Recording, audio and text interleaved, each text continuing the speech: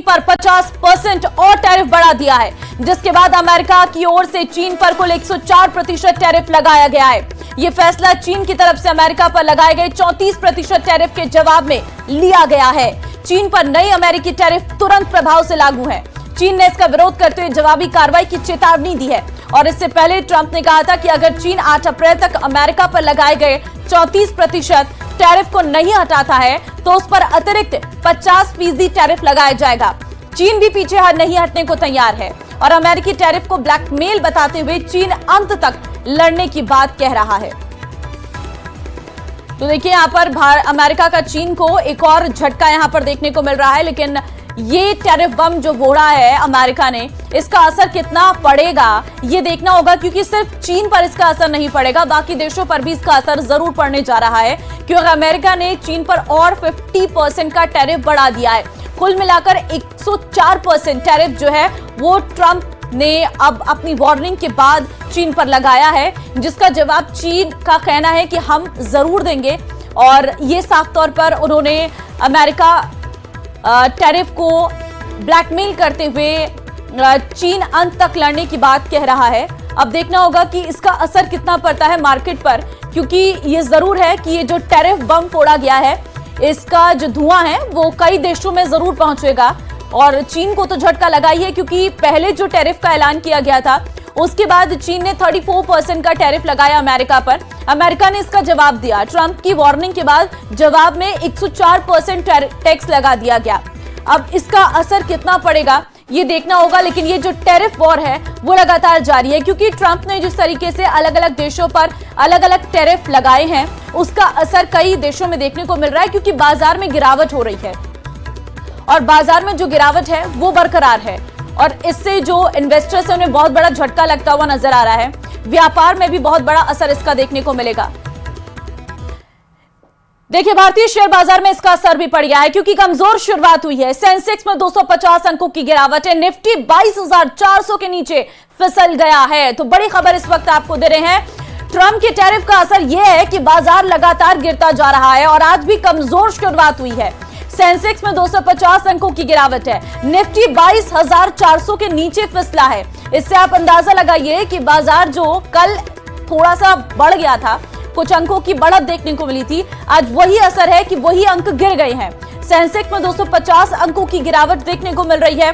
हरे पर जहां सेंसेक्स ने इस वक्त चलना चाहिए था, वहां सेंसेक्स जो है इस वक्त लाल निशान पर पहुंच गया है और बाजार में खलबली मची हुई है। इस टैरिफ का असर यह है कि जब से इन टैरिफ को लगाया गया है अमेरिका के राष्ट्रपति ट्रंप के द्वारा, तब से बाजार में गिरावट देखने को मिल रही है। इन्वेस्टर्स को कहीं ना कहीं भारी नुकसान हो रहा है। अब सभी की नजरें इस बात पर टिकी हुई हैं कि आखिर कब बाजार में रौनक वापस लौटेगी, क्योंकि ये टैरिफ का जो असर है, ये जो बम है, ये फूटता नजर आ रहा है और अब तो चीन पर 104% का टैरिफ लगा दिया है। इसका असर भी जरूर मार्केट पर पड़ेगा।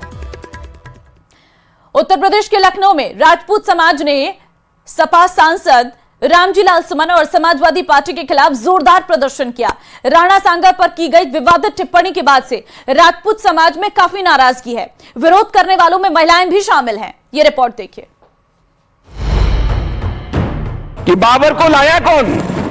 बाबर को इब्राहिम लोदी को हराने के लिए राणा सांगा लाया था। तो मुसलमान तो बाबर की औलाद हैं और तुम गद्दार राणा सांगा की औलाद हो। लखनऊ में राणा सांगा को लेकर दिए गए एसपी सांसद रामजी लाल सुमन के बयान के खिलाफ जमकर विरोध प्रदर्शन हुआ।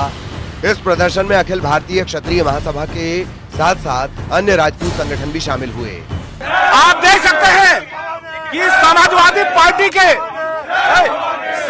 पार्टी के मुखिया और उसके सांसद ने जो संसद में गुस्ताखी की है, उसके लिए पूरा हिंदुस्तान एकजुट है और जब तक वो माफी नहीं मांगेगा, हम लोग इसी तरह से समाजवादी पार्टी को उखाड़ कर फेंक देंगे उत्तर प्रदेश से। विरोध करने वालों में महिलाएं भी शामिल थी। राणा सांगा पर की गई विवादित टिप्पणी ने राजपूत समाज में गहरी नाराजगी पैदा कर दी है। क्षत्रिय संगठन ने एसपी सांसद को सदन से बर्खास्त करने की मांग की है। मांग ये है कि सांसद को, राज्यसभा सांसद को सदन से बर्खास्त किया जाए, अखिलेश यादव को पार्टी से बाहर करे, नहीं तो इसका खामियाजा अखिलेश यादव को भुगतना पड़ेगा। इस बीच प्रदर्शनकारियों की पुलिस से झड़प हो गई और कई लोगों को पुलिस ने हिरासत में लिया। एसपी सांसद रामजी लाल सुमन ने संसद में राणा सांगा को लेकर विवादित बयान दिया था, जिसके बाद से लगातार विरोध प्रदर्शन जारी है। रामजी लाल सुमन राणा सांगा के खिलाफ की गई टिप्पणी के लिए माफी नहीं मांगेंगे। समाजवादी पार्टी उनके खिलाफ कार्रवाई नहीं करेगी तब तक क्षत्रिय संगठनों का ये प्रदर्शन समाजवादी पार्टी के खिलाफ जारी रहेगा। कैमरामैन गोपी गिरी के साथ राजीव प्रताप सिंह, न्यूज 18 लखनऊ।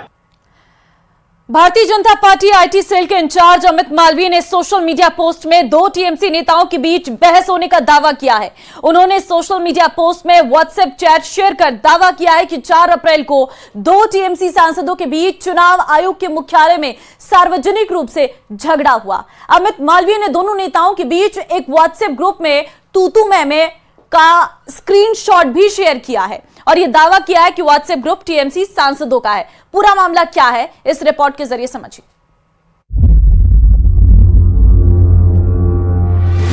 बोलते होंगे अरेस्ट करो।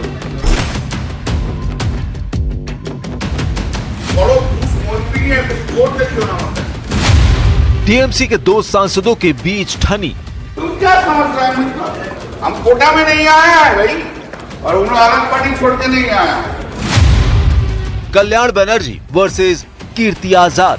If you start, you have to, I will finish. WhatsApp पर फाइट, कौन रॉन्ग कौन राइट। इसको बोलते होंगे अरेस्ट करो।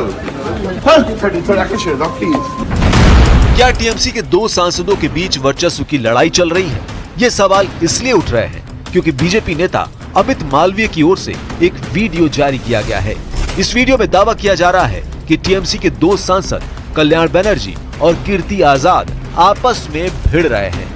बीजेपी नेता अमित मालवीय की ओर से दावा किया गया है कि वीडियो 4 अप्रैल का है, जब टीएमसी के सांसद चुनाव आयोग के दफ्तर एक ज्ञापन देने पहुंचे थे। दावा किया जा रहा है कि पार्टी की ओर से जो निर्देश दिए गए थे उसका पालन न होने की वजह से दोनों नेता सार्वजनिक तौर पर आपस में भिड़ गए और बीच बचाव के लिए पुलिस कर्मियों को भी आना पड़ा। बीजेपी की ओर से दावा किया गया कि यह मामला जब ममता बनर्जी तक पहुंचा तो ममता नाराज हुई और उन्होंने दोनों नेता यानी कल्याण बनर्जी और कीर्ति आजाद को पद छोड़ने को कहा। इसको बोलते होंगे अरेस्ट करो।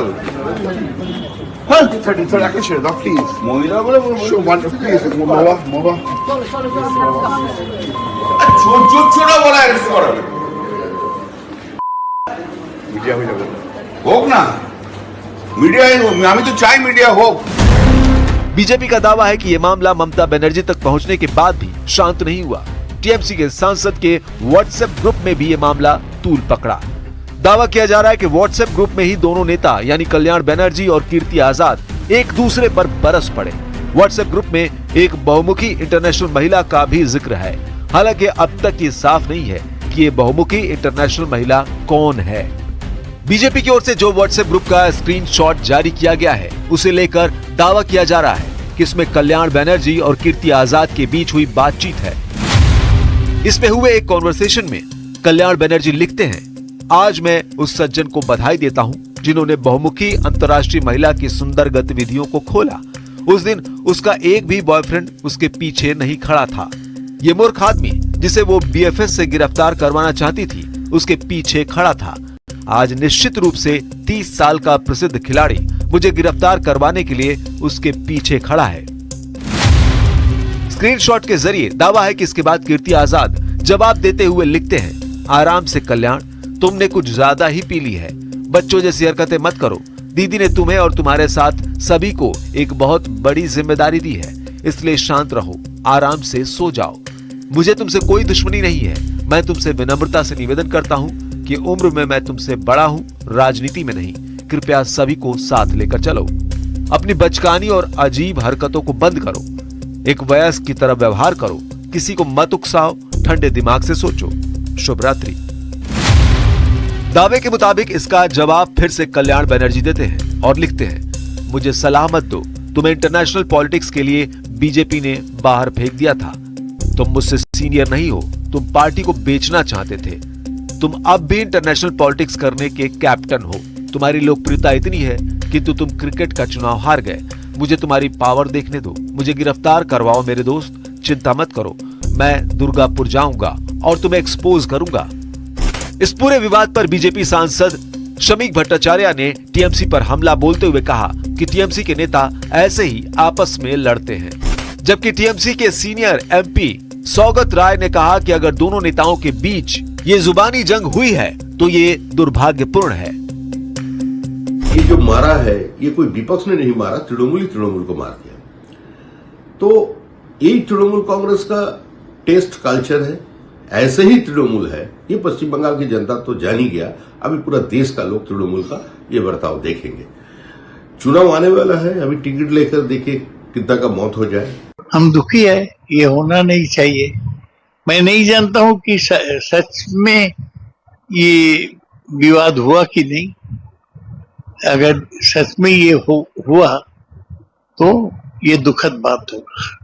हम 29 लोग हैं लोकसभा में, सब एक साथ मिलके काम करना चाहिए। टीएमसी में इस पूरे विवाद का दावा करने वाले बीजेपी नेता मालवी ने अपने सोशल अकाउंट एक्स पर तंज करते हुए सवाल पूछा है कि आखिर ये बहुमुखी अंतर्राष्ट्रीय महिला कौन है।